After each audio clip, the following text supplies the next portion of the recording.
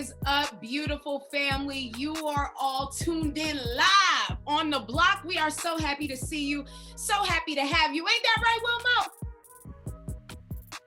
You on mute, Brethren.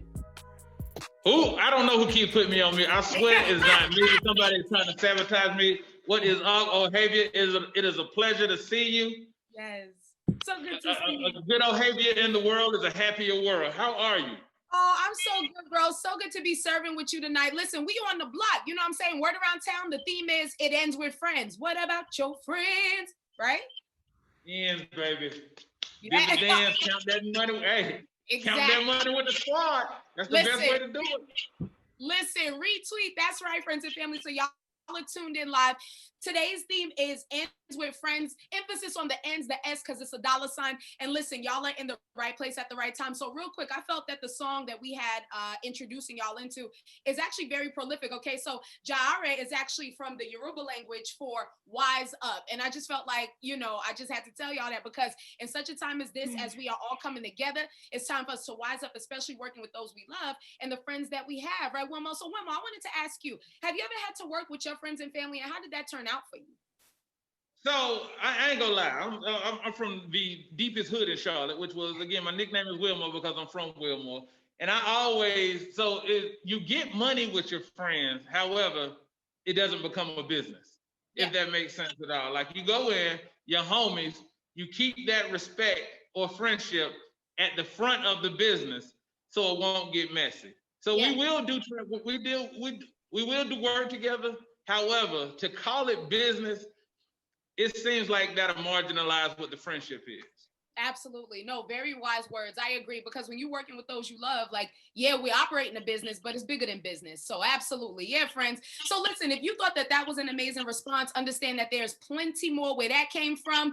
Y'all in the right place at the right time. But before we get into all the good stuff, listen, we got to turn it over to the pioneers, the heartbeats of who this is. They're my inspiration. They're the city servants. Y'all give it up in the chat for our intros, our pioneers, who they are: David, Day, and Davida. Hey. What up, what up, what up? Thank you, Ohavia. Thank you, Wilmore, for getting us kicked off. My name is David Day Lee. I'm a producer, recording artist, creative entrepreneur here in the city. I'm all about building bridges, and it's good to get things kicked off tonight. Davida, what up?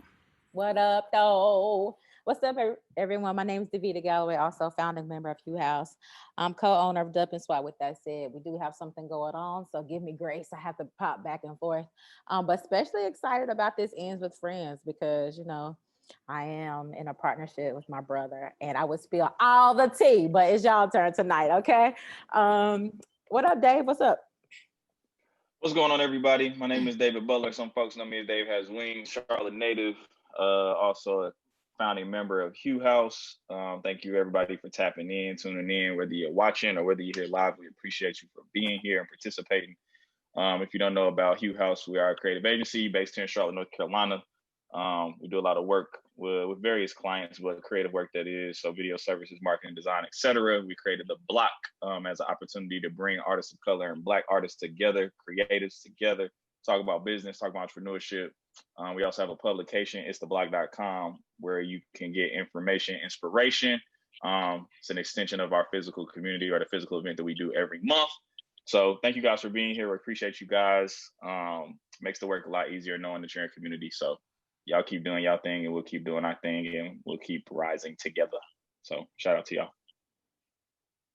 Yes, indeed, y'all. So listen, shout out to our pioneers, Day, David, and Davida. Listen, amazing people. So happy that they started this because we about to get this vision in fruition tonight. Okay, so listen, here's what I want to let y'all know is that absolutely all perspectives are welcomed here. So here's what I need you to do. Go crazy in the chat. Whenever you have a question, definitely drop it in the chat. We have a chat master who would see it and pass it on to me and Wilmo. Okay, so look, if you have a question, put it in the chat.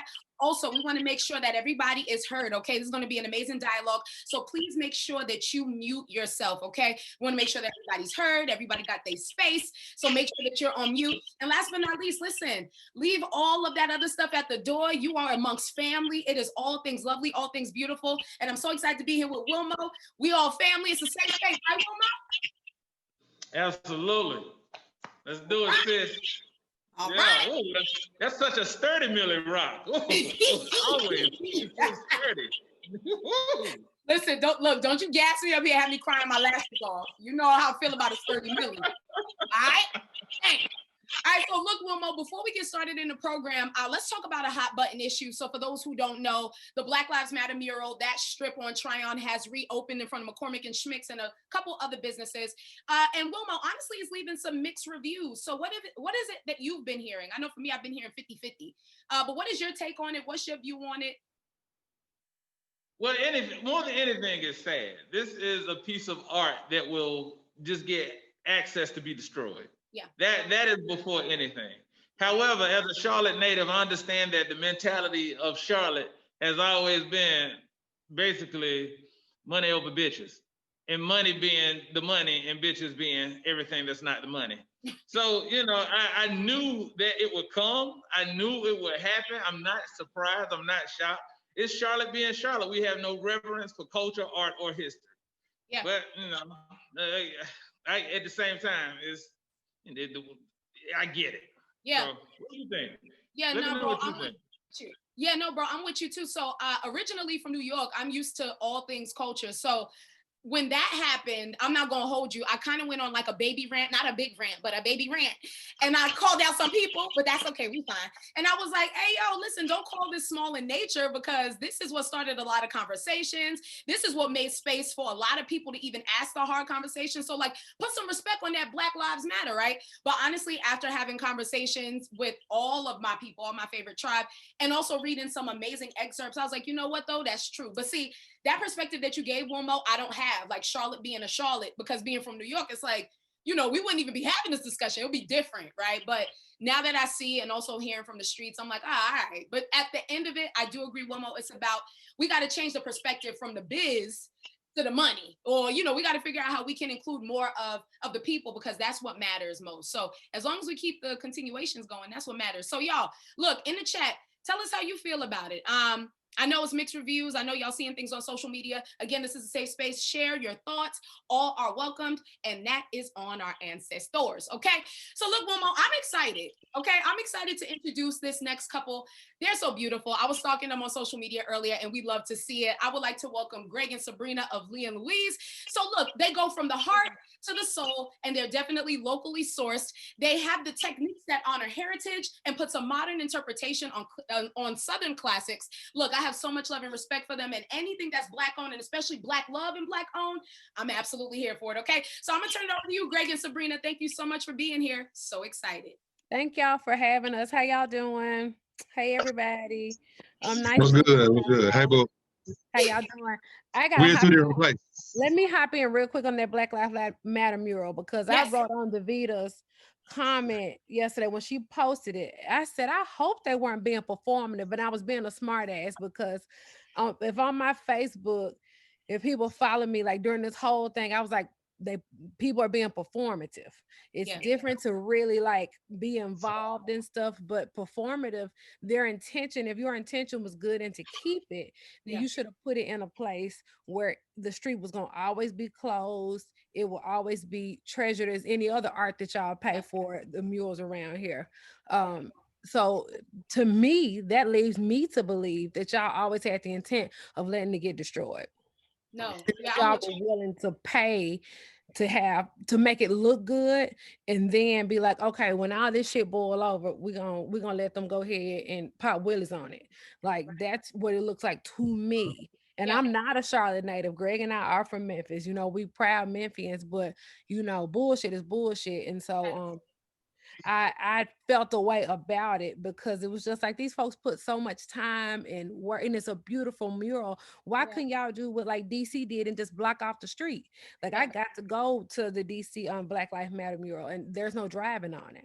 Wow. I don't understand why Charlotte ain't DC. Y'all ain't. I mean, we not that busy. Like y'all were able to block off some type of corner or street to keep the art, preserved. So I felt the way about that. And this ain't got nothing to do with my business, but I had to say that. So. No, Subrina, I don't even mean to cut you out, but you see, I'm about to swerve in here real quick. I done said what I had to say about it, but I do want to say that, and Wes, I know you're here, and I would love to hear from you too, sir.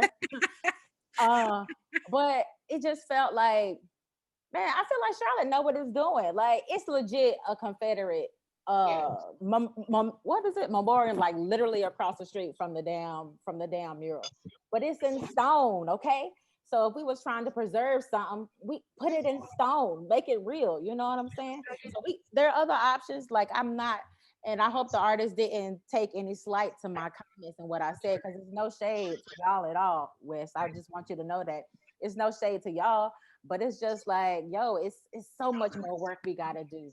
So much more work. And like, honestly, yo, I just felt a way. I didn't want people to like honor the mural over literal Black lives. Like, I just wanted that to be the statement. But nah, much love and respect to, I mean, come on, who gonna rock the hardest? I'm here for all artists here in Charlotte. So yeah, I felt it was very performative, but I'm gonna stop and move on. Let me say this too. What's crazy is it seemed like they just jumped into it without an exit plan. It's like they saw DC do something, like, oh, let's do something too. Like, DC knew what they were doing. They plotted and planned. It was just copycat stuff, and we didn't have an exit strategy. And now we stuck with two sides being angry. No, 100%. But I mean, I'll still pull up on Malcolm Graham. And that's the thing. And that's the thing that we really need to talk about, is how we vote these people in and out. You feel me? So Dave, insert Dave at this point. Matter of fact, say something. So prolific. We need you. Go ahead. Go.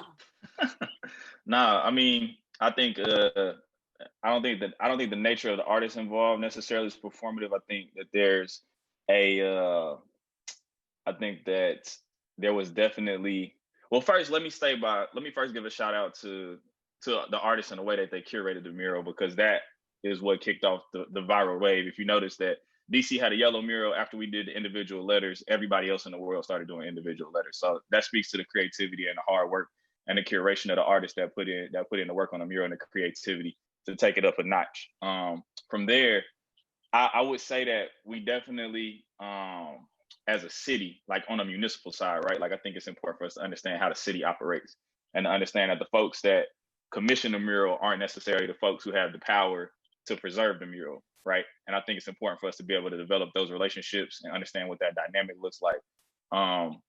That being said, my biggest thing is next November, all of them seats on city council is going to be available. All them people is going to be asking for your vote again. So it's a good opportunity for you to be able to create some leverage and have a conversation with the person that runs your district and all four people that are going to be running for at large, and be like, why did you vote this way on this? What do you care? What do you have planned for creativity, for the creative economy? How can we expect to see creative industry flourish? How are we going to see that written out in policy? Being able to advocate for creatives and creative industry at the municipal level is what's going to be very necessary. You're going to know who's running for each position starting in July. That's when filing happens if you're going to run. So you'll know exactly who those folks are, and they'll be campaigning through November. So now you have all your talking points with all your officials moving forward, and you know how to hold people accountable. And if they don't sound like they have a plan for creatives, then I wouldn't be giving my vote to them. Yeah. No, 100%, David. And thank you for sounding off. Hannah dropped something in the chat and I want to read it. Creatives and artists need to be as organized as possible leading up to November. I agree with that. Just as they are, so do we need to be. Dammit, I want you to sign off. Okay. So just a little background. That strip on Tryon was going to be shut down regardless of if it was a mural on it or not. The city is working to make pedestrian plazas a thing in Uptown, and due to COVID, people needed actual walking spaces, right? So when the opportunity arose, somebody reached out and suggested a mural, right? So we have some officials on the city that were down, they came with the money, we did our thing, right? We all know that part. And as artists, we didn't have the expectation that this was going to be there forever. But this goes to show the city that when it comes to public art, once we do our job, it belongs to the city and stuff, right? And I think that's where the betrayal sets in. There was a lot of pride centered around that mural. It was an attraction, it was a landmark. As Dave said, there was a lot of traffic and marketing around it, right? There were a lot of people emulating what we did in Charlotte. And honestly, I don't think the city of Charlotte could have gotten that much media coverage for 2 weeks straight if they actually tried, right? So Exactly. for quote unquote franchise businesses to say that the mural on that street was somehow affecting them in a negative way is just bullshit. And I think 2020 has been a year in which a lot of white mediocrity has been able to flourish. And then when they trip and fall, they point their fingers at us, the blacks, the poors, the gays, as a reason as to why they're not able to advance in their mediocrity, right? So I'm not so much offended that they opened the plaza back up and cars were driving over it, right? We were prepared for that. I'm cool with that. We've opened the door for more opportunities as far as like public art goes, right? That was the goal. So everybody showed up, we did our thing, we proved to the government that like what we do is important. It's just pissing me off that not only city council, but somebody have the audacity to say that this Black Lives Matter mural that everybody's geotagging and taking pictures of and driving all this traffic to me has affected my business instead of them actually taking responsibility for just doing a shitty job at running their business. Because when you're not doing your thing and getting ends with friends, you try to blame everybody for how you done fucked up. And if you ain't got friends holding you accountable, you end up like McCormick and Schmidt. You heard what he said. Hey, O'Hara, can I ask Dammit Wesley a quick question? Yeah. Dammit Wesley, did the city ever come to you with an alternative plan for the day they would have to remove or allow access to that mural from so cars could drive over? Did they ever have a plan B to say, all right, gotta let cars come up, but you can move it over here? Man, okay, so first off, they really didn't have foresight beyond us painting. All right. I know we were probably like 7 hours in to get the job done. I look over at Sam as a project manager. I was like, hey, what are they still in the street with? And she's like, I don't know. So we're asking around. It didn't click that there would need to be some kind of way to preserve this. And even after we got done painting, it dried, traffic resumed over the street. Yeah. And protesters and literal people were staying in the street so it would not be driven over. I know during that day and stuff like the police were supposed to be blocking it off. We had to call in a favor to the transportation department on their day off to bring trucks in so traffic didn't come through. So they didn't think beyond the pain, right? They didn't understand that. The closest thing that I know of, I think Taiwo and Monica are playing with the idea of maybe like actually digging the individual letters up because the street's going to get repaved, right? So they had the option to either like dig it up or find some kind of way to preserve it. But it took too long, too many white people complained, and now the street's open. But now that they know, now that we know what we're capable of, I feel like we can kind of work towards preserving actual history and art. Because I've been to Carolinas all my life, and outside of like the Panthers and the Hornets, this is probably like the biggest thing I've seen happen in the city, like on a large scale, as far as like influencing culture goes. So, I mean, you know, collectively, we hold a lot of cards in our hand to make some shit happen now. No, 100%. And honestly, I just want to say, because I was out there doing the coverage with y'all, Dammit West. Also, I want to just echo what David was saying. Big ups to all of the artists. I'm talking y'all literally, they didn't have snacks until basically midday. No water, no nothing. And they kept at it. I'm talking early morning, right? Wasn't it 6 a.m.? West? Yeah. 6 p.m. All the way to like, was it 6 p.m.? Because y'all had to be done before. We were supposed to have been done by 6. So I know some of our team members were there as early as 5, 6 in the morning, and we were out there painting by about 7, 8 o'clock at night. And then by the time 9 o'clock happened, it was bodies in the street, making sure that everything was preserved for as long as possible. Absolutely. Yeah, no. So big ups to all the artists who basically literally gave blood, sweat, and tears so we can have a piece of history. And, you know, honestly, my hope is that the city will get it one day. And if not, everybody on the Zoom run for city council, I'll vote for y'all. Deal. All right. Anybody else want to sound off in the comments? We're going to, you know, leave this a little bit of space. I'll give y'all one more minute. If you want to share any thoughts, this is a safe space. Anybody else in the comments? Wilmo, anything else, bro? Absolutely. So I want to ask Dammit Wesley again. How does he feel, in a sense, about the painting? Like, what is art like? Once you give your baby up, you're cool with anything that happens to it, or do you still have some kind of ill feelings that they would allow this to happen to some of your creation? I don't have any ill feelings, and there's a difference between my art and public art, right? So if I make a painting, that's a personal thing. and that's mine to keep. As soon as I put some shit on the wall, or it's like anybody that's done like street art graffiti, when you put it out there, it belongs to the street, right? You can't get attached to that, right? Public art is public art. What's upsetting me and my homegirls is that this is a very important message, right? And it's reflective of the people in the city, and you are treading on it. I know when you think of like people like Muhammad Ali, and he has like a star on Broadway or whatever, right? It's on the wall. You don't step on Muhammad Ali, right? And this is one of those things where people are taking it personally because you are literally driving over Black lives. You're showing you have zero regard for the Black people in your city, right?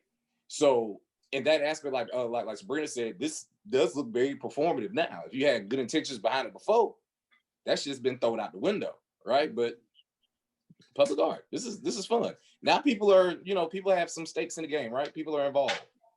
Like your feelings are now involved in this process. So to everybody listening, make your shit list. Remember who needs to be voted out. And it's real easy. Braxton's the only nigga that stood up to say, don't do this to my people. So if they name not Braxton Winston, fuck them. Retweet. No, retweet. And I'm so glad that you brought that up, Dammit, because he was the only one that voted. Yeah, retweet Davida. He was the only one that was like, nah, we need to keep this. So yeah, it says a lot. So quick question before we move on. So again, Dammit, because you're one of the artists in your head, what do you feel like we need to do as a creative community, knowing what wavelength our city is on? Because at the end of the day, I feel like we have a level to control what we do and what we allow to happen to what we create. So what is your opinion on what we can do, knowing what wavelength the city is on? I think, okay, so for a city like Charlotte, money, right? Money is the most important thing to them. So figuring out some kind of way to leverage this art and culture and stuff, right? So like if you're good at marketing, if you can feel like you can get like the data on how much digital traffic and physical traffic was brought to the city, if you want to put together like how much national coverage we got, if you want to figure out the actual influence that Charlotte had for like the whole month of June over the rest of the world, do this, present these things to the city and stuff, right? Because Charlotte thinks it's bigger than what it is. Charlotte thinks it can compete with the big boys, the big dogs. Like you can't hold a torch to Atlanta. You're not big enough for Houston. You're not culturally diverse enough to be Miami.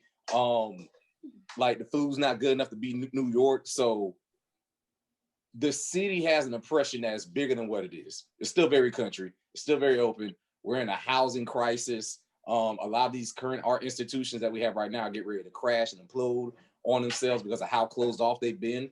So we have a real opportunity to just kind of like take the reins and steer this bitch in whatever direction we want.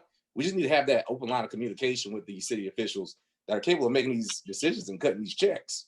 Relationships are what's most important. That's how this mural essentially happened, just a regular relationship.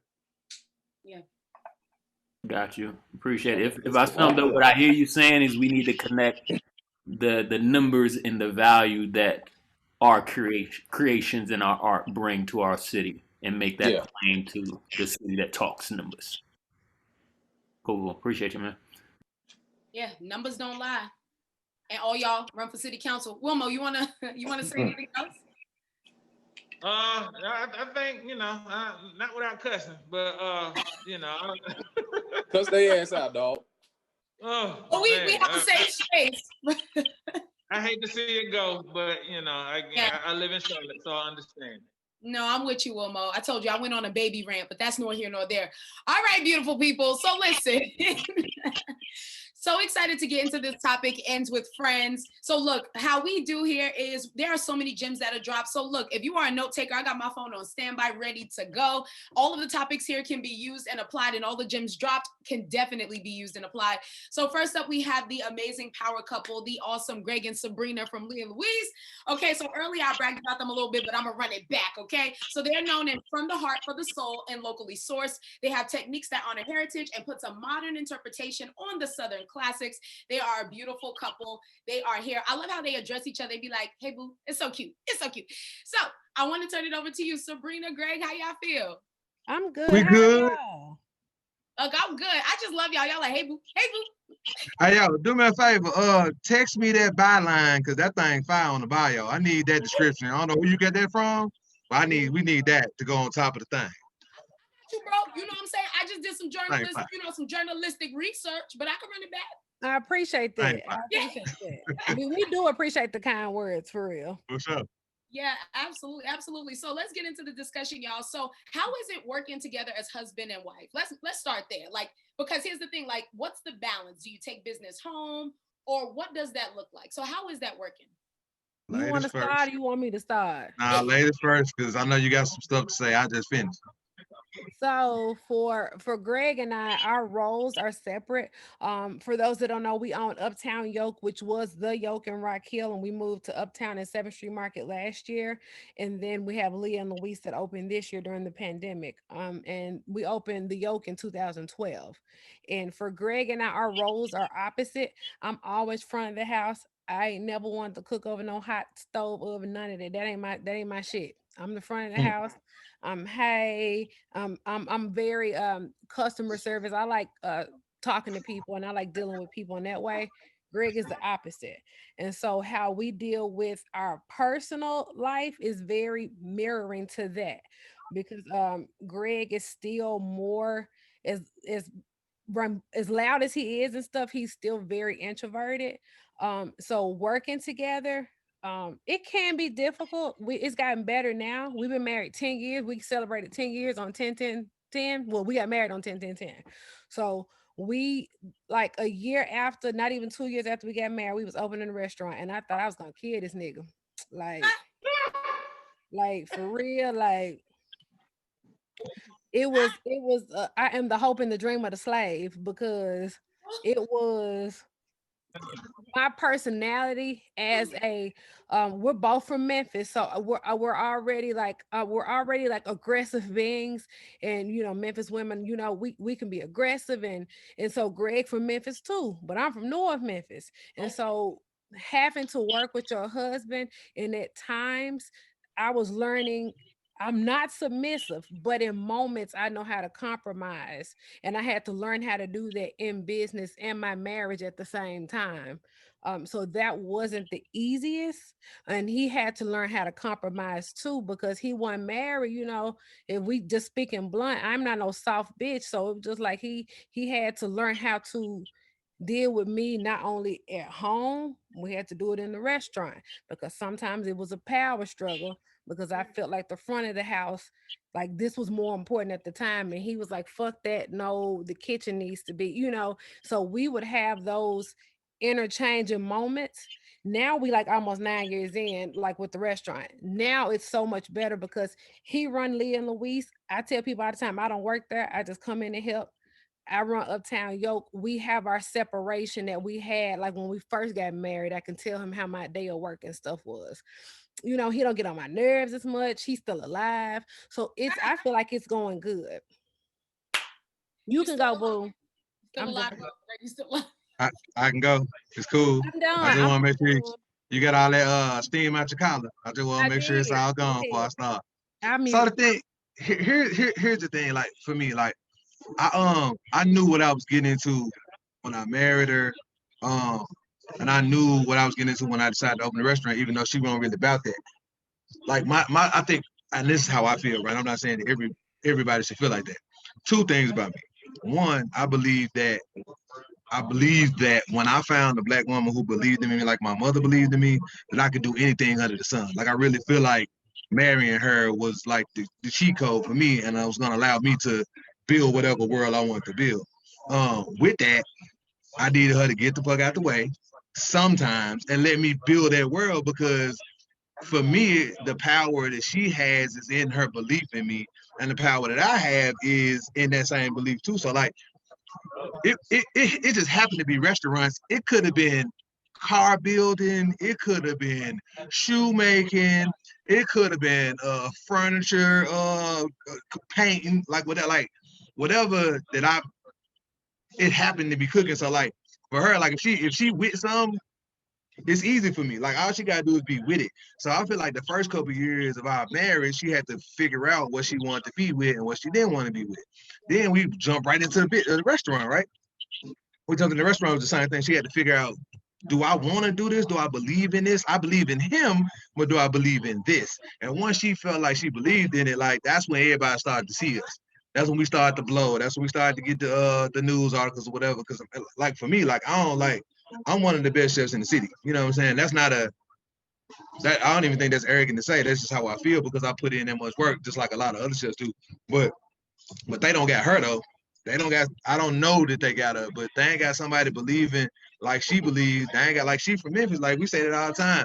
A Memphis motherfucker, bro. A Memphis motherfucker light a fire behind your ass. And you gonna use that fire for fuel, or you gonna get your ass burnt up. So like, for me, I needed that. Like I knew when I met her, that's what she was gonna possess. Like I need somebody who gonna take care of me and take care of my kids, like with that same fury that they protect themselves with. And I knew I had that with her. So the business side, honestly, for me was easy. Now the taxes and like finding out we had to pay taxes and employees, like all the other things are rough too. But for me, that kind of I can deal with that shit. Like that's just regular shit. Like bills, like nigga, bills ain't shit. Like I mean, yeah, I got bills, but I'm gonna figure that out. Like if I got somebody to believe in me, I'll run through a wall. If somebody think I can do it, like if somebody like, yo, nigga, you can run through that wall. It might take me a while. I might break a few bones, but eventually I'm gonna figure a way through that wall because I got a black woman that believes in me beyond everything. So I just, you know what I'm saying? Like for us as a couple, once we decide to go in the same direction, a lot of times it's like, well, I want to do this. Well, shit, I want to do this. Well, okay, well, so I want to do this. So once we get done trying to figure out what needs to happen, it happens. Like, and it's not even a play. And then I want to speak like a little bit to like the mural. I thought the mural was one of the dopest things I ever seen because most of the artists I appreciate as artists and creatives, because I feel like I'm a creative. So I'm like, damn man, that shit dope as fuck. But on the flip side though, when I think about that, it's like, okay, they're gonna get them whatever they give them, 15, 20K. They're gonna do that, but that's just really to make them feel good though. That 20 wasn't to say, let's build something that's gonna last forever. Like Wes said, it was just like, well, let's get these artists who often use their voices in a way that's anti what we're trying to do. Let's use them to make us feel good and make our city look good. Be clear, like it wasn't a mistake. They knew it was gonna pop off. All the stuff we was talking about looking at the numbers and trying to see what social media do, they knew that already. So they didn't do it without the knowledge that it was going to be beneficial for them as a city.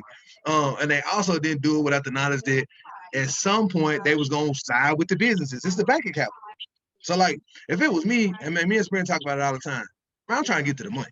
Like, whatever we talking about, whatever we trying to put together, I'm trying to get to the money, and we always try to build ourselves so when the money is allocated, that we are the only choice.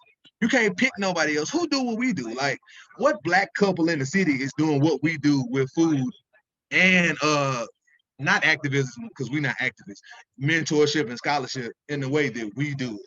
And we curated that brand and that vision with the knowledge that at some point the money gonna come. And it's a balance. I think it's a balance, like Greg was saying. So I understand, okay, them businesses got to open up and they have to run. But also, I feel like you said, they didn't have no plan. Like if there was a plan, if it was my business sitting right over there, I would have said, why don't y'all put the mural on this side or somewhere over here so it can be like, if you go to like cities like in Charlotte got them, but you go like Nashville and stuff, people put the murals on the side of the buildings and it becomes an attraction to the restaurants.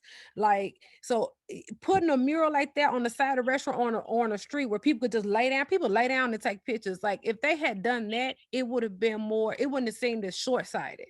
And I feel like nobody, when they did that mural stuff, I don't know why I'm pressed. I'm mad like I did the pain. It's okay. Me too, sis. It's okay. I understand that it is like Davita said, well, why did we could do a sculpture or something like that? Do something that's going to be lasting and to show people, like, we still give a damn. We ain't forgot about y'all now that, y'all stop tearing up shit. Like, I feel like that is... I don't know. I just feel like they could have done it a different way. And I hope that they go through and retroactively fix what they, fix their shit. They could have just cut some bigger checks because they cutting them motherfuckers for developers who doing coffee shops every goddamn day. They cutting them checks for that's a whole nother conversation. We'll talk about that later. We'll talk about that later. No, you coming for the coffee and the tea, bro. And we love coffee. This is the thing. We love coffee. We understand development needs to happen. But how many restaurants does South Boulevard need? How How many many breweries? breweries Right. do we It's need? 2,800 breweries on South Right. Boulevard. Like, 2,900. And it is not that much beer. And so when we talking, when me and Greg from, like he said, we curate our business. We don't think we're activists. We just two motherfuckers from Memphis that got a small business, that got a restaurant, that try to speak for the real small businesses. So when we joined the Biden Council and we asked them, we said, what y'all want? Because if you need me to look good because you added some black folks, this ain't it. Right. But we're the only real small business. Ben and Jerry's ain't no real small business. They small, but they ain't small. Jenny's ice cream ain't small. Andrew Yang ain't small. So it's like, what did y'all want from us? Because we're going to come to you like when Biden came. I need an answer as to what you're going to do for black business. Small business, okay, I need to know for small business, but specifically black businesses, because there is never a strategic plan specifically for black folks. We always get lumped in with everybody else. They be like, we're gonna do people of color. Black folks. So that's something like now that's our next like big thing. Like, what can we get curated? What kind of money can we get curated for black people, black small business, black creatives? Because I feel like it's always overlooked. It's been an overlooked sector. Always. And so yeah, we run restaurants, but if my voice is gonna be listened to for something, I need y'all to give us some money. Yeah. No, 100% sis. And I just want to give you your flowers per Davita's comment. Both of y'all is your representation is activism. So y'all doing what y'all do is actually activism and standing. I appreciate y'all. So yeah, no, 100% got to give you your flowers sis. And also, you know how I know you from Memphis? You do this. This right here, it's over for them.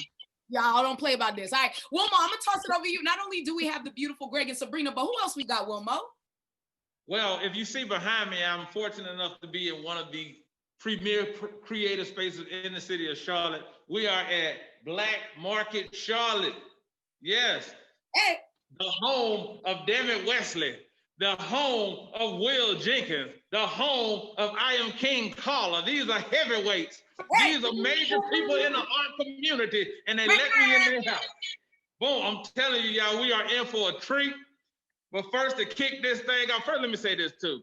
Subrina, Collier, Greg, Collier, y'all are legends. I have never heard so many eloquent motherfuckers in my life, because it had so much feeling in it. It let me know exactly what you meant by the way you said it. And I didn't expect that from such a luxurious twist out. But again, that's that Memphis thing, and I appreciate that. So again, I'm gonna kick it off to the homies from Black Market Charlotte. We got the artist who you've already met with such a powerful voice. He's from the city of Greenville, South Carolina. His name is Dammit Wesley. I wish I had my decks on me so I could hit the horns on these niggas. But no. You know how this is. I got you. Man. There you go. That's it. Am I supposed to say something? We gonna move the wheel? Like, what's happening now? It got real quiet. Well, I introduced you. That's when you oh, my bad. My bad. I'm okay. Okay. So yeah. As you know, my name is Dammit Wesley. I'm an artist. I'm loud as fuck. I'm just out here trying to help y'all to be your best creative selves and stuff, right? As Greg was saying before and stuff, ain't nobody in the city doing it better than me. And I don't mind tap dancing on stage for these white folk to make it easier for you. So yeah, that's all I need to know about me. Let's get to my partner, Will. Let's go ahead. Get to the brains of the operation. So I got to bring him in, because after you talk to Dammit Wesley, you got to talk to the man with the trigger. That's right. He is the photographer of the stars in Charlotte. Out of Kemp North End and Black Market, you can see his work all over the city. His name is Will Jenkins. Talk to the people, Will. What's going on, people? How y'all doing? So my name is Will Jenkins. Most of y'all know me as Simplistic Phobia, the other half here of Black Market Charlotte. I do photography, video, and all other type of fun shit around here as it goes. Am I supposed to go to anything else to say, or? But I'm sorry, I didn't know what the actual question was. We was on like a tangent for a while about the mural. I lost track. But me too.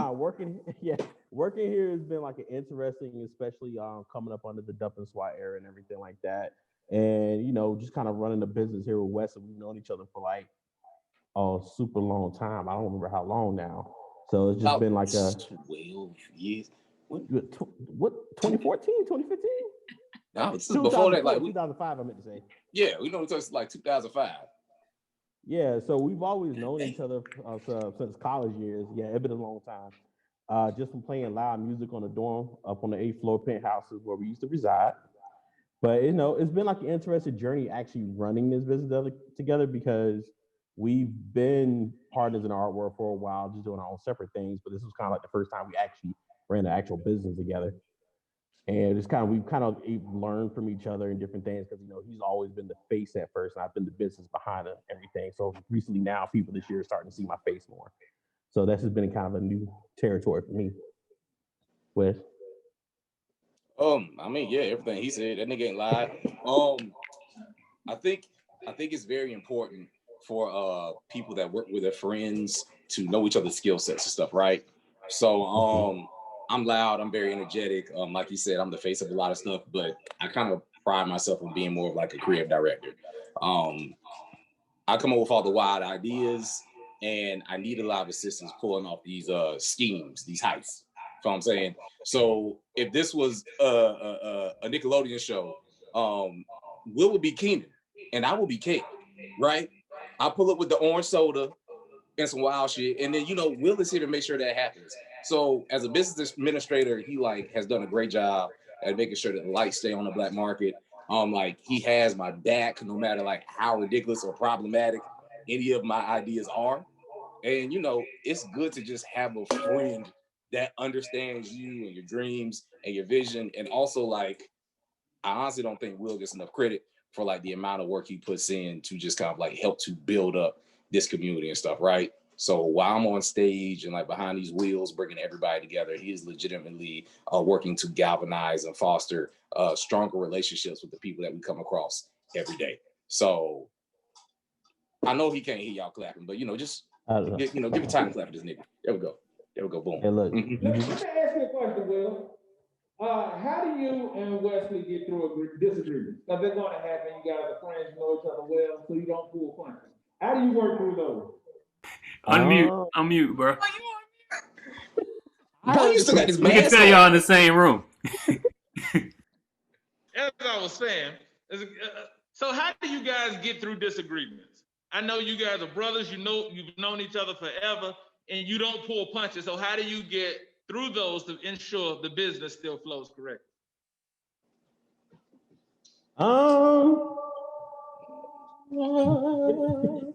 The echo, right? Sound good. Pretty much the best way of getting through any disagreements is honestly, first step is understanding where the person comes from. I know he's a lot more of an actionable person. I'm a lot more of a technically this is how it has to happen type person. I'm looking at you like you sitting right over here. And I should be looking at the screen. Sorry, hold on. So he's more the actionable person. I'm more like the technical, how can this get done? Okay, you want to build a 10-foot wall out front of our door. Okay, so what are the materials that we need? So basically it's kind of more understanding how each other work is the first part, and then actually coming up with actionable items that we each can come up with. So I can't say that we've had a whole lot of disagreements. We always disagree on different things, but it's not like it's been full out arguments in here or anything like that. No, it's always going to be I think you should do this. I think you should do this. But pretty much if you show that it works, the other person usually just kind of understands from there, or make suggestions based off how it's going.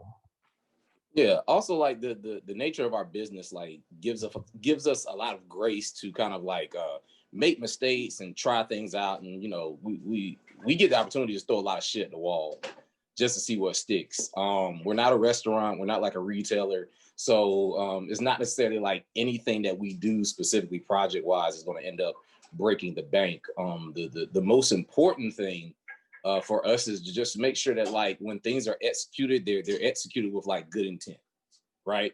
When it comes to being creative in the arts, specifically in our arena, it's what is the intent of this project? What is the intent of this program? We understand that things are going to grow. We understand that things change on a daily basis. We understand that everything isn't for everybody, but we just have this understanding with each other, and we also know our crowd and our demographic.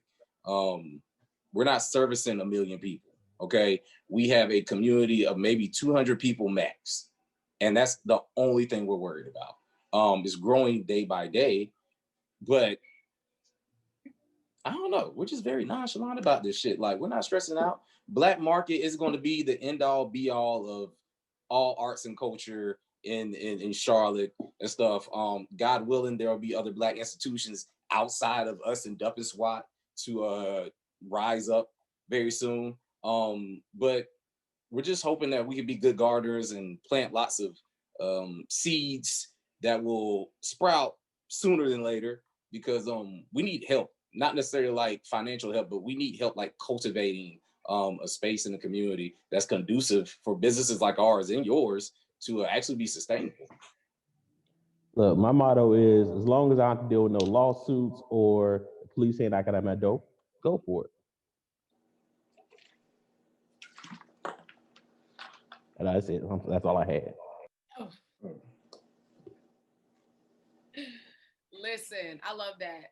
No police at the door. Retweet. So listen, friends. So we've had the food industry represented. We had art.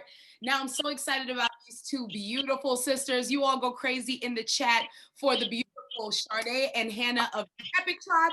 So let me brag about them a little bit. They does this. When we talk serving, they does this. They are two Carolina sisters making social impact through story sharing and culturally conscious events. Curators, world shakers, beautiful women. I mean, I'm just so honored to know Hannah and now be connected to the beautiful Shardae. Ladies, how are you? Hey, we're so excited to be here. Hello, hello, hello. Yes. So y'all are sisters. We are sisters in law, sisters in love. Okay. Yeah. So Shardae is married to my younger brother, Shahid. Yeah. People ask us all the time. People think we are not just sisters. Are you twins? All the time. And we don't look alike at all. Yeah, but we met when Shahid met Shardae, and I was thinking about this today prior to coming on here. Like, we've been working together for, in some capacity or another, all these little different business ventures and stuff like that for years. It's been a minute. Over 10 years at this point. No, more than that. It closer to like 12, 13. Yeah. So we work together every day. I love the experience that it has been, but it's definitely been an experience. So let's talk a little bit about that, because like, I know for me, my sister is my best friend, but sometimes I could throw hands on my sister, right? I wanted to ask y'all literally, like, how do you handle when those differences come, especially as hard as y'all work and the awesome work that you do? I also was looking at y'all Epic Tribe page where y'all go back and forth and you share posts, which I love to see it. You give that balance, but how do y'all get that balance without the beef? Or if you do get beef, how do you pivot? I think the only way that it works is because we're so different. Like, we're the same in, I think, like, our vision for the world and for our family and, you know, building, you know, what we're trying to build and all of those good things. But we're different in that, like, for our business, I call Shardae the head and me the heart. And that's not to say that she don't operate from a place of heart, and I don't ever operate from a more, you know, intellectual space, but we give each other the space to be who we are. So I think in this, the group that went before us was essentially saying the same thing. Like, we couldn't run if I wasn't able to operate in my genius area and her in hers. And I mean, I don't know, we haven't had any real bad arguments lately. I don't think. Nah, I mean, I'm a savage Sagittarius. So at the end of the day, I'm going to say what needs to be said. And I think that one of the ways that we make it work, like Hannah said, each of us has to have the ability to operate in our lane. And the other thing that goes along with that is you don't get to question the other person's lane. You get to speak, you get to give your opinions and your thoughts, but at the end of the day, when it's something that's in Hannah's lane, she has the final say. If it's something that's in my lane, I have the final say, because we have to allow each other to have the space to be in operation or in our area of expertise. Yeah, no, I love that. So y'all don't step on each other's toes, because it's like whatever's said is what it is, right? Yeah, I mean, we hear it, you know, like, you know, Hannah is very, very much hard. So when we talk about the dynamics in our business relationship, especially when it comes to how our business has grown and developed, a couple of years ago, we set a goal that we wanted to have like revenue goals from the work that we're doing. Do y'all know how hard it is to get an art chick to stop doing shit for free? These are all art people. So First of all, That's what I'm saying. Y'all know. Oh, Shardae, you in my business? Don't do that. Don't do that. Do you feel seen? Do you? I like it is like that is an area of practice that we've had to develop. The art is for the love, the art is for the passion, is for the community, but it's also for the livelihood. It's also for advancing our mission, the mission of our people, and that takes the ends that we need with our friends. Yeah. So that is the energy that I bring to our business. I kind of think of it as using my corporate skills for good and not evil. I'm the person who can kind of articulate those things in a way that translates in all the scenarios that we talked about before with the wall and other things. How do you quantify the value that you're bringing? How do you navigate through corporate spaces where you need funding for people who are writing the checks? That's kind of where I come in, and Hannah is more of the creative piece. Although, you know, I do like to think I'm pretty clever, you know. You are. I mean, I think we couldn't do this if you didn't have that, like that love and respect for what I come to the table with. I mean, Ohavia, most of our conversations start with me being like, I have an idea, and she'll hear my idea out, and then she'll be like, but how is this going to make us money? Because we still have to eat, you know, like we still have not families. just how's it going to make us money, but how's it going to fit on the plate? Is it in alignment with our priorities? Is it in alignment with our objectives? Is it in alignment with our mission? So keeping us on track so that we're continuing to progress, because Hannah's ideas start out here, and there's nothing wrong with that. But in order to make something out here work, you have to understand all the pieces that get you all the way to this space. Yeah, no, 100%. And as all of us on this call, super artsy people, you know, honestly, having that person that can take all of the art and those big ideas and quantify them, because money matters as well, is really good. So honestly, I like the partnership that y'all have. I think it's so cute. And it was the Savage Sagittarius for me, sis. I ain't gonna hold you. Listen, she didn't really give it the full credit that it deserves, because you have a savage Sagittarius with a super sensitive Cancer, and you know, like that dynamic working together is always interesting. Yeah, but honestly, y'all make it look amazing. It's good to see beautiful Black women, especially sisters, working together, and we definitely love to see it. Hey, yo, Wilmo, I don't know about you. I'm inspired. Well, I might get into business with a cousin or something. I don't know. Somebody you can kind of sacrifice if something go wrong. I get that. You know, right, not my sister, my cousin. Somebody not too close. I get it. So, Ohavia, can I ask a question? Yeah. So Will is from South Carolina. Dammit Wesley is from Greenville, South Carolina. Greg and Subrina, as they put it so eloquently again, Memphis motherfuckers. And forgive me for not knowing where Shardae and where Shardae and Shardae and Hannah. Shardae and Hannah are from. However, let me ask you this. Yeah. What are you guys' experiences with a Black culture in Charlotte? Like, can you see a noticeable difference between the Black people where you guys lived previously and the way Black culture goes in Charlotte? Let me slide in real quick, because I know Subrina got some Memphis stories.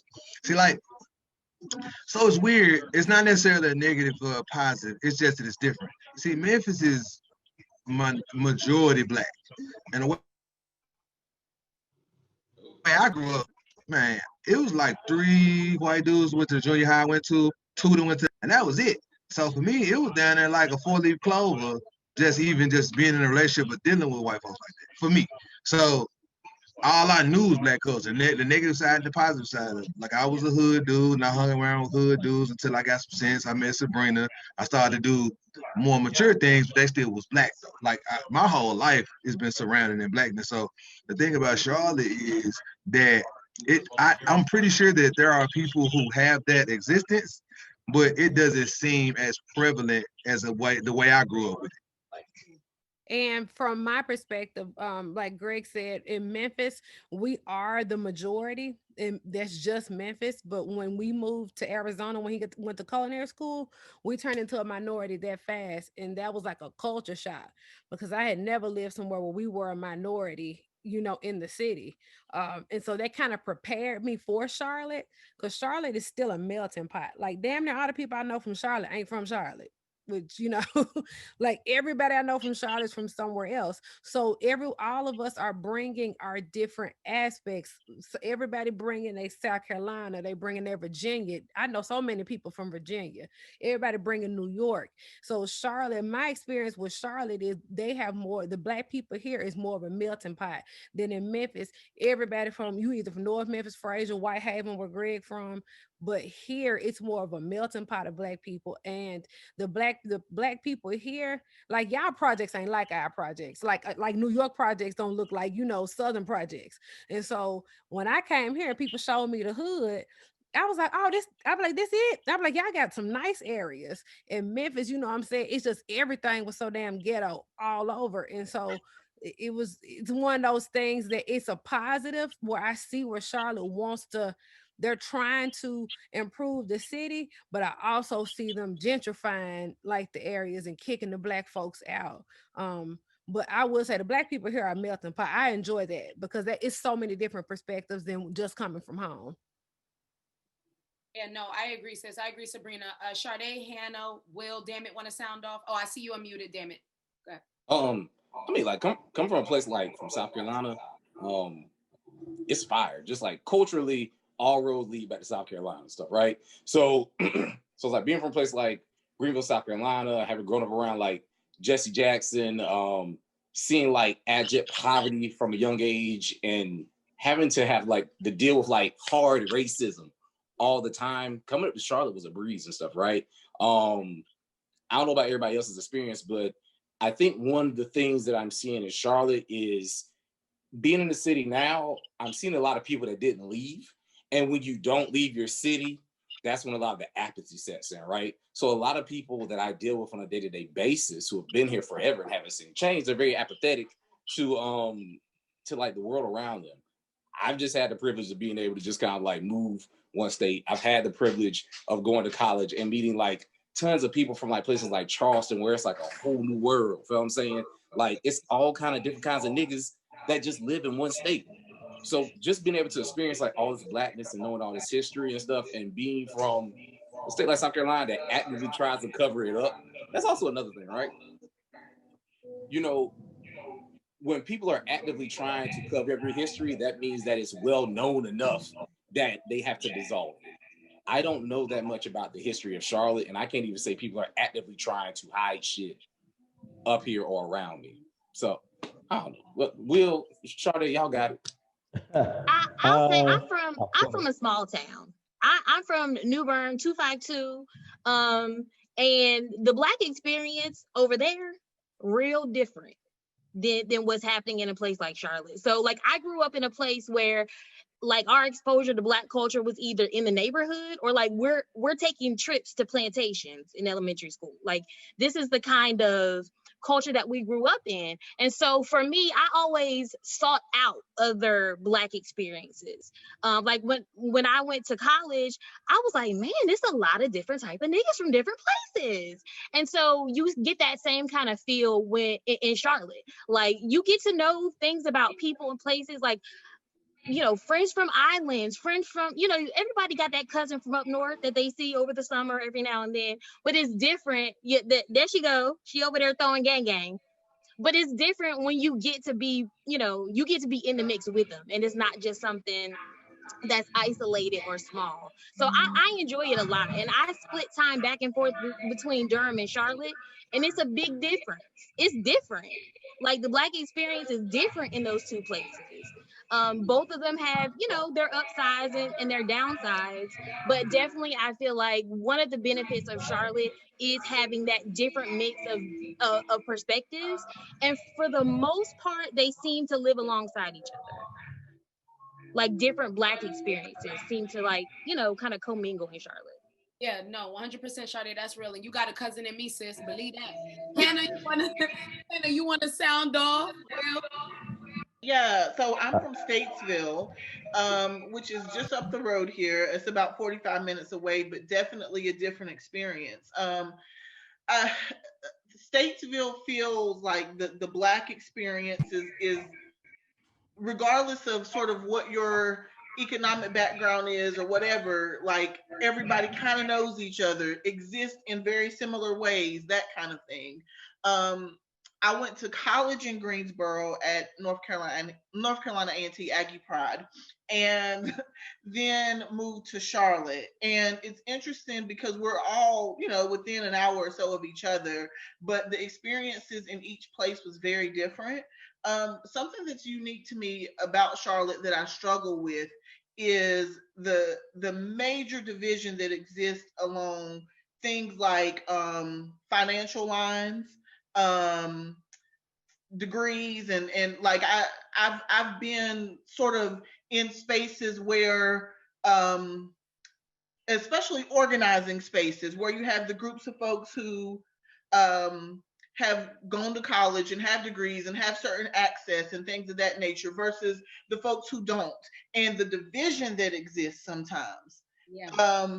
The assumption that I don't understand what life can be like on Beatty's Ford or something like that because of my experiences now, and then vice versa.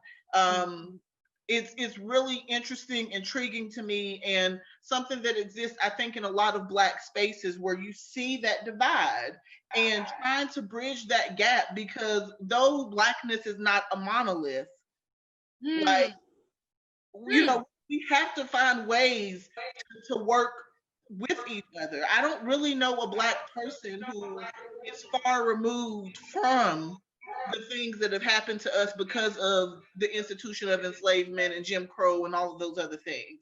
But somehow there's this way where you have the Malcolm Grahams versus, and not to keep bringing certain folks up, but I'm just saying. And Hannah, you know what? It's interesting that you said that, because when I was talking about the cultural experience, I think about stuff like everybody's at Do Rag Fest, everybody's at Dope Brunch, but when it's time to have a conversation about the socio-political, economic part of it, then you see that divide. Yeah. Then you see the difference between people's experiences and perspectives. And I think that's where we can't get on the same page sometimes. I feel like we have to actively, to piggyback off what y'all are saying, like people that are in the community to do things, we have to actively say, I want to work with these people. And I feel like not a lot of us, if you get that opportunity, you might not even be thinking about it, being like, look, if I have a photographer, I need this Black photographer. If we're going to do an artist or we're going to do a mural, like we have to, I think we try to, but not everybody actively does it. Like we don't network as much as we can with one another to bring one another in, because sometimes it's just visibility. Hey, once they keep saying Dammit Wesley at all my stuff, then they're gonna be like, well, just get Dammit Wesley. And I think that's something that we have to consciously think about, because sometimes a lot of us don't.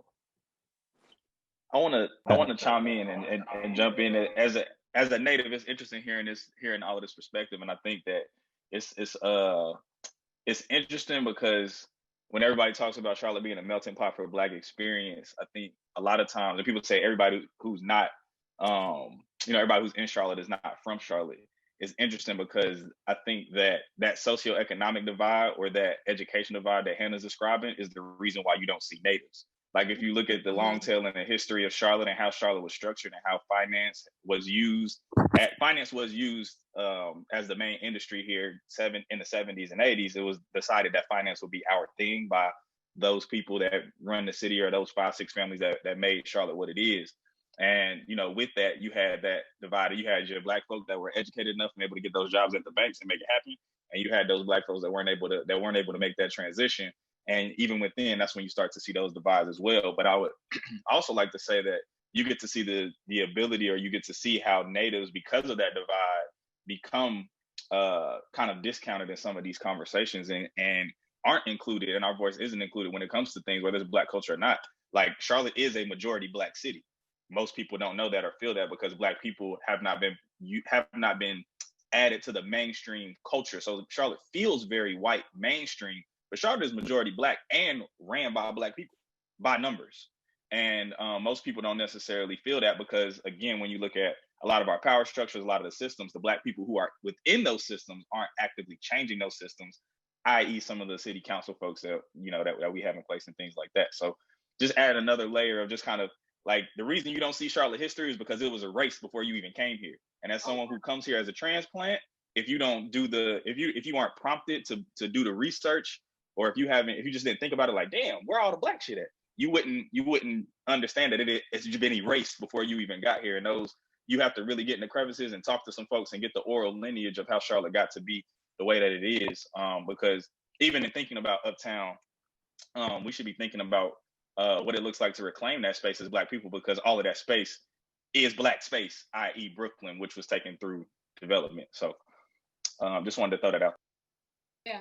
No, thanks, Dave, for giving that perspective as a native, for real. Just to echo what Hannah said. Will, did you want to chime in? Oh man, so much you said here. And I agree, and I love learning the history of Charlotte, being a transplant and stuff like that, being here and learning more about it, like Dave said, because coming here is a completely different Black experience than where I'm from. So I say I'm from Sumter, South Carolina, but I'm actually from a little town on a dirt road called Dalzell, South Carolina, which is 15 minutes outside of Sumter, aka called Merck City. Granted, we're split half and half of Black and white because we have the Air Force Base there, but generally all I interacted with was Black people. But I grew up in Tennessee as well, in Clarksville, where I was pretty much the minority. So I kind of had a chance to experience both ways, and, you know, going out and enjoying Memphis as well too. Guys love it out there. But for me, coming here was a little bit different because I'm used to just seeing dirt roads and Black people and people doing like crack and heroin on a regular day basis, because that's what's big in Sumter. There's not much else to really do.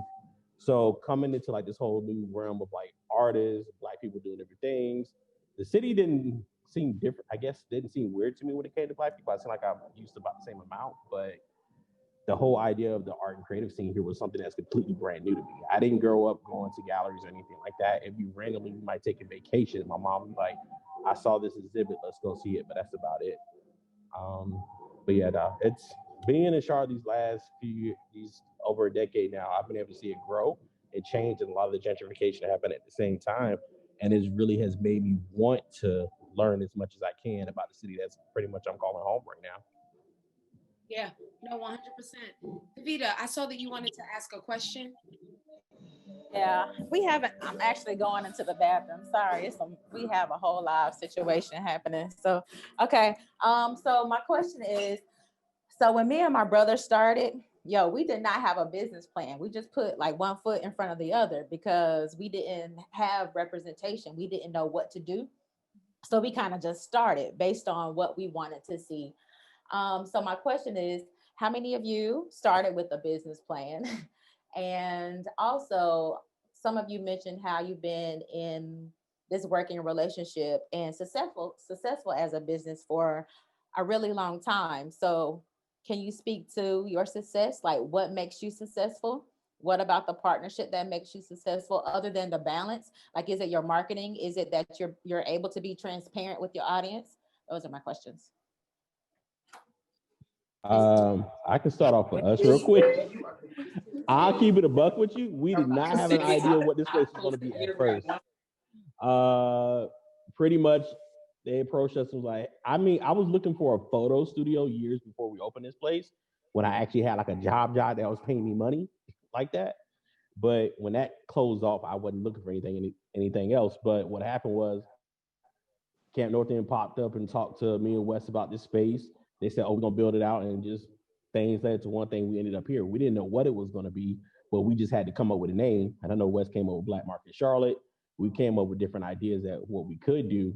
But I would say probably within maybe the last year, we really kind of developed more of a plan or an idea for where we can actually grow it and become its own thing. But keep it a buck with you, we did not start off with a business plan, nor do we know what we were about to do. We didn't know what the fuck we was doing, right? No. And I think, so I can't speak for everybody, but I know for us, it was easier for us to kind of like accidentally turn into a business.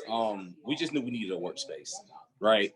I needed some place to paint. He needed a place to shoot. We didn't need any more like models or guests or just random folk coming into our apartment to see what we were creating. The right? end was full.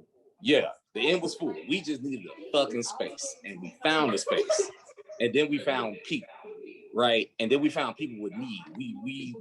We inadvertently created like our own niche. Like we would do events with DJ Fannie Mae. So we're doing like Dammit Fannies like every month. We had like sponsorships and partners and all that kind of stuff. But these were just like really fun pop-ups and parties that we were just kind of like doing to cultivate some camaraderie, like networking and stuff for the art community and shit, right? But as far as like Black market just sort of like morphing into what it is today, I think what helps us is like our authenticity, right? We're not afraid or ashamed to be bombastically Black, right? I don't know anybody else who's willing to like stick their neck out with their white landlords and have a full-on do-rag festival on a Friday when all the white children and their dogs are running around on the campus's property with the intent to just kind of like lambast them with as much Black shit as possible, right? We work really hard to create a very safe space for you to be authentic in yourself. And outside of Dumping Squad, I don't know of very many other institutions that allow Black people to just be niggas, right?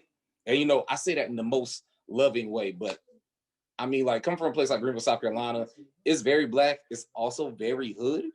Like, when you're isolated in the country, you can be yourself, right? Nope, nobody's calling the cops on you. You don't have to hide that. It's an understanding. Coming up here to Charlotte, I saw that very much. People want to believe this is like the Leave It to Beaver City, you know, the house with the white picket fence, the soccer mom city. That's what they want to think. And I encountered way too many Black folk on a daily basis to even consider that, right? Like, for me, when I first got up here, I had to work to find white people, right? And I liked it. I liked the fact that I didn't have to actually come across and talk to white folk or ask them for anything. So for Black market, just being like authentic to the go-to Timberland boot, do-rag wearing, eco styler, gorilla glue type nigga shit that we all know and love, that's us. And that's what people are attracted to. And hopefully we can work to monetize that a little bit more in the future. If y'all wear your mask and don't breathe on each other for another 6 months, I guarantee you Do-Rag Fest will be fire. But just tell people to wear their fucking mask and stay in the house. I'm praying for this mandate to come through. They're not gonna do it. And I want to add one thing to that. You know, I felt proud one day when somebody actually came and said, "I feel like this is a safe space." And like, fuck these white people. And I was like, oh, okay. That made me feel proud one day. So for us, our plan was Greg had been talking about having a restaurant that when he moved to Phoenix, when he was in culinary school, he's like, I'm gonna open a restaurant. He was supposed to open a hot wing spot because that's where I met him at. I met him at the hot wing spot, child.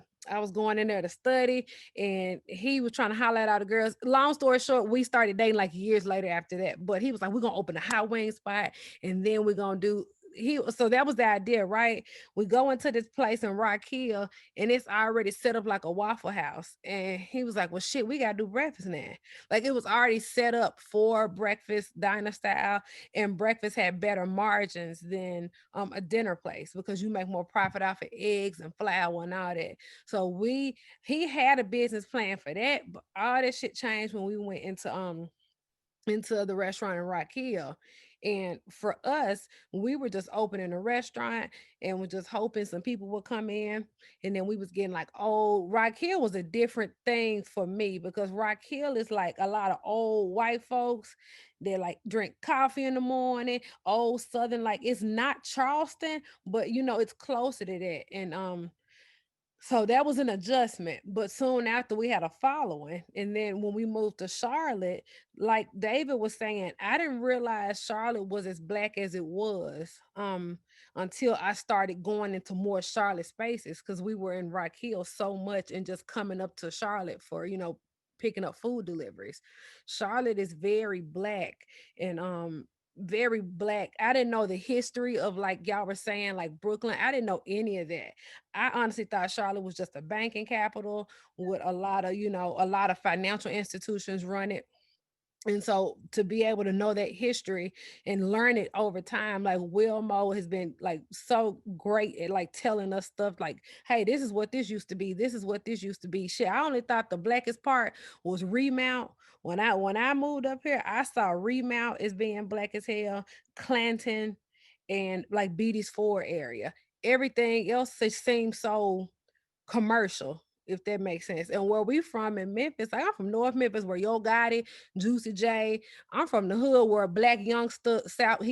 I'm from that side. So everything over there is just like Memphis, just ghetto as hell. I love it, but my home just hood. And so Black people run Memphis. And even the government side, Black people run Memphis, good or bad, we run it. And so coming here, it was different to deal with more white government officials than you would, the Black government officials. And so I think they try to like even half it out. I will say that, but I just saw more back home. But yeah, we ain't had no business plan, y'all. This shit, we still ain't got one. We just working. We First of all, love you're not gonna lie like we ain't got no damn business plan at this point. Like you're not gonna don't do go that. by it. We You're don't not gonna go do by that 8 years in. We have a business plan. it. We don't go by it. And we wrote a business plan. I mean, like I had wrote a business plan to jump off with, because we was trying to get SBA loans and shit. But once we realized that didn't happen, we just like I'm a cliff jumper. Like I like it. Like if somebody say, hey man, if you jump off this cliff, it's $10 million down there. I'm like, by the time you get 10 minutes, I'm off the fucking cliff. I'm off, and I figure out how to build a parachute on the way down, or I try to find a soft spot on the way down. Because, like I said earlier, like if I got somebody who believe in me, like my mom believe in me, I'm super powered. I'm super charged up, and like I feel like my skill set is my skill set is good, so I'll figure this shit out. And even our restaurants, like in Rock Hill, our restaurant was like 70% white folks were supporting us. So we didn't even what we saw on a day-to-day basis was a lot of white people. So the understanding that Rock Hill wasn't like Charlotte didn't happen until we met like Alicia Osborne, and she took us on a tour of the West Side, and we saw all the Black churches and the historic spots in Uptown. I was like, oh shit, it is history and culture here. They did just take it all away. And they make it like South End is what Charlotte has always been, or like Uptown is what Charlotte has always been. So like, it's crazy to hear like Dave talk about it, or Wilma talk about like what Charlotte really is and what the culture is. But like we're not crazy. Like we don't go into things thinking like it's just gonna work because we believe it's gonna work. Like we sit down and we talk about things and we plan out stuff. But at first it wasn't even about none of that. It's for real. At first it was just about I just felt like we could make that shit pop. Like I just knew there wasn't nobody gonna be fucking with us like that. Like and that's some arrogant Leo shit. Baby, I mean to cut you out, but for a lot of Black people, the reality is once I go to the bank and I'm going and I'm telling them this is my plan, I bring you a quote unquote business plan. Once we realize they only putting money into a McDonald's chain and I'm not getting money that way, I was just like, how we gonna do it? I couldn't go that formal way. A lot of us don't have that option because banks are already tight. They already don't be fucking with a lot of, for one, restaurants. Then you Black on top of it. Then I ain't got 800 credit score. Like it was all these things that were against me. And Greg is the cliff jumper. I'm the one that's gonna be like, hold on, wait a minute, partner. What we gonna do? I have to pull him back sometimes and be like, hold up, how are we going to logically do this? Yeah. Like Shardae was saying, how are we going to monetize this? How I know you want to do that. Hannah, you the cliff jumper, you might move like, because Greg is a Cancer moon, so I know how y'all move. I'm an Aries. Let me pull you back and let's see how can we do this in a plan that doesn't necessarily have to be a business plan, but how are we going to fund this? And so that's how we move. Like I'm in the James Beard program. They make business plans all day, but we just don't necessarily always go by because that ain't how shit work all the time. So yeah. No, 100%. Hannah, Shardae, y'all want to sound off? Yeah, I think that, and I'm interested even to hear Shardae's response because I'm sure that it's going to be different than mine. But, go ahead. The first part of the question, the business plan, we had a conversation. I don't know if you remember this, Shardae, but we had gotten so our business is kind of twofold. We do like storytelling, live storytelling events, but we also do master classes. So master classes for leadership, for community, that kind of thing. And we were doing a class in Pennsylvania. And it wasn't as Epic Tribe, really. It was just like the folks who hired us knew the work that both of us sort of do in the world, and the pay was good, so we were like, okay, bet, we'll go and do this. And we were there that weekend, and that's when we decided on Epic Tribe. We talked about like creating a space to share stories and to speak stories specifically of women, but Black stories, and we thought about like how we share our stories in a way that connects to us. And we made a plan-ish, but it wasn't a full-on written out plan with everything. I had quit my job at that point without a plan other than this is no longer serving me, so I'm out. And Shardae was still working in like corporate spaces. And I think part of our plan financially that was able to benefit us is that like she still had a job. And so a lot of the things that we've been able to do, I've been able to sort of be the face of and take more risk because I don't really have anybody that I have to answer to except for like God. And so for me, that created space for us to say and do what we want to. The things that I think that have made us successful are a few. One of them is I think that we stay true to who we are.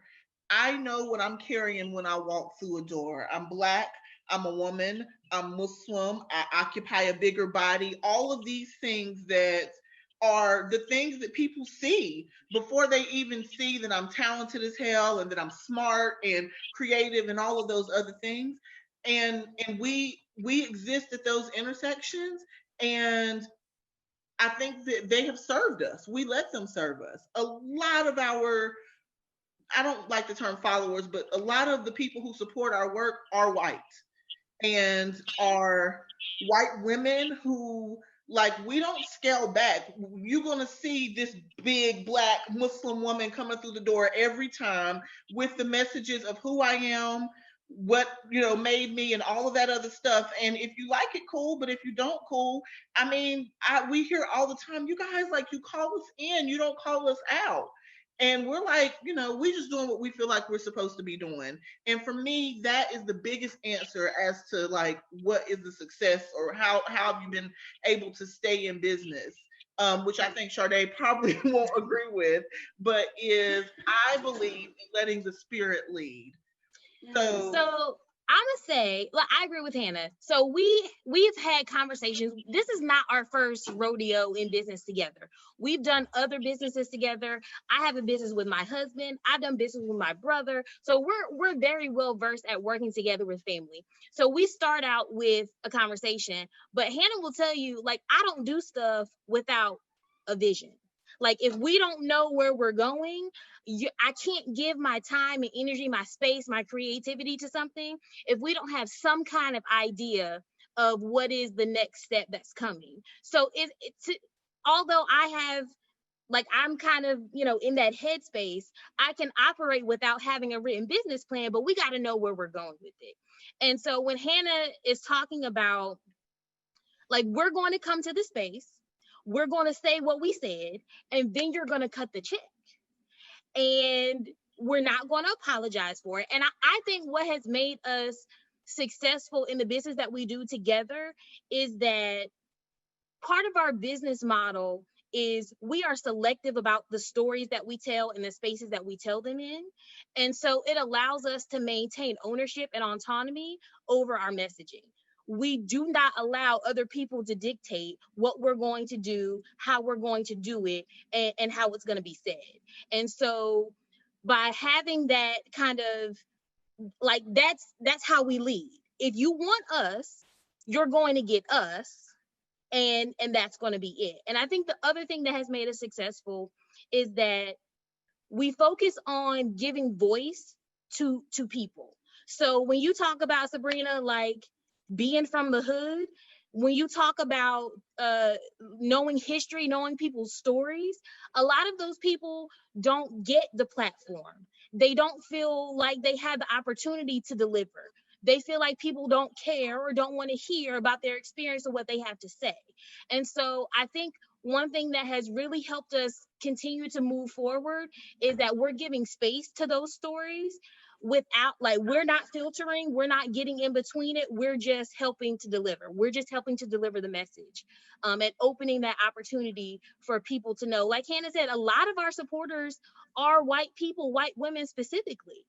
And so when you look at something that we've done, like one of our recent programs was Weapons of Whiteness, where we are literally telling stories from white women about how they were socialized to racism, and presenting that in an unfiltered way.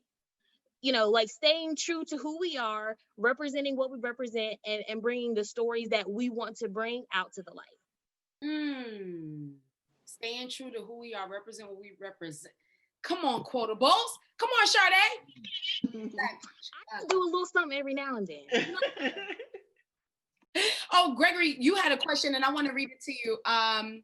Gregory had a really good question. Oh, he wanted to ask Hannah and Shardae, if this is not what you, if not this, like what you all do with Epic Tribe, what would you be doing?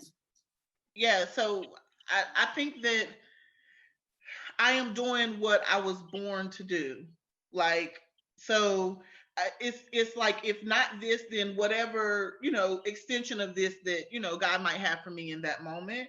But I believe, so I do a lot of performances, public speaking, that kind of thing as well, that I am very blessed. I'm extremely grateful that I get to live in my purpose. And I really think that that is because I have submitted to it, because it's hard and scary and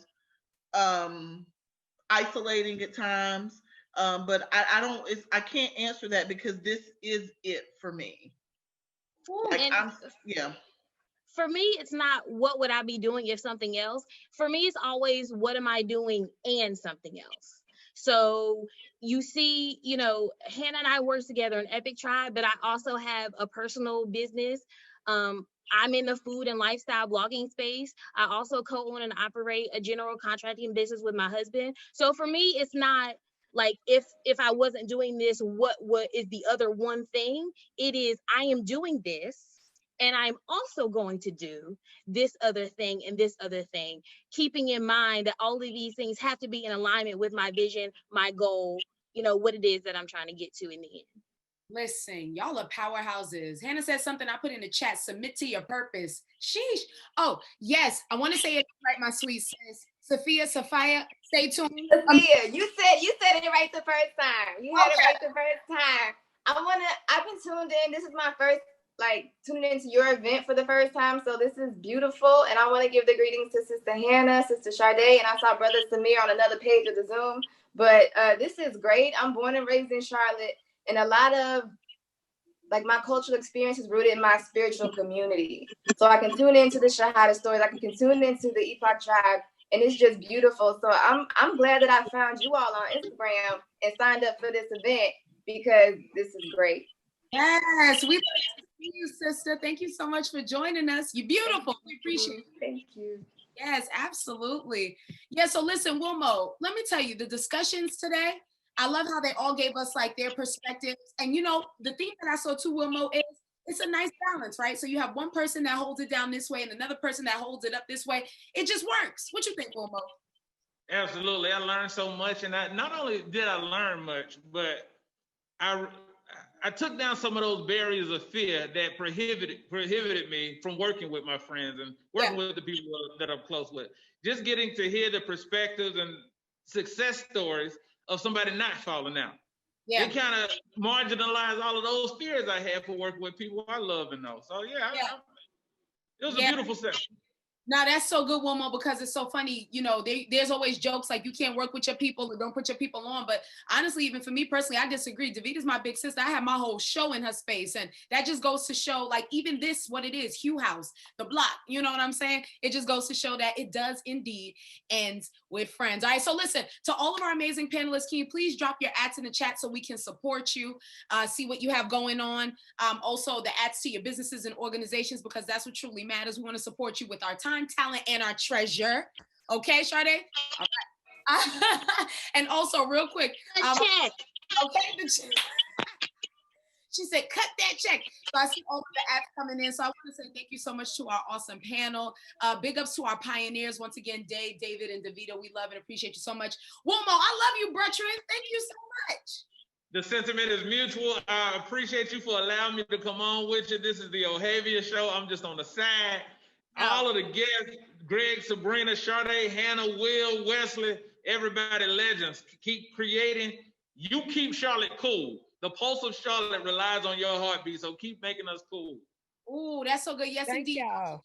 Cool. And don't forget, y'all, follow us at It's the Block _ and at It's Hugh House. Show love and stay tuned for the next Hugh House. And they'll be dropping the date in the chat. And so we love y'all so much. Keep creating, as what Mo said, and keep showing up. You are the backbone of this community, and don't be told otherwise. And we out.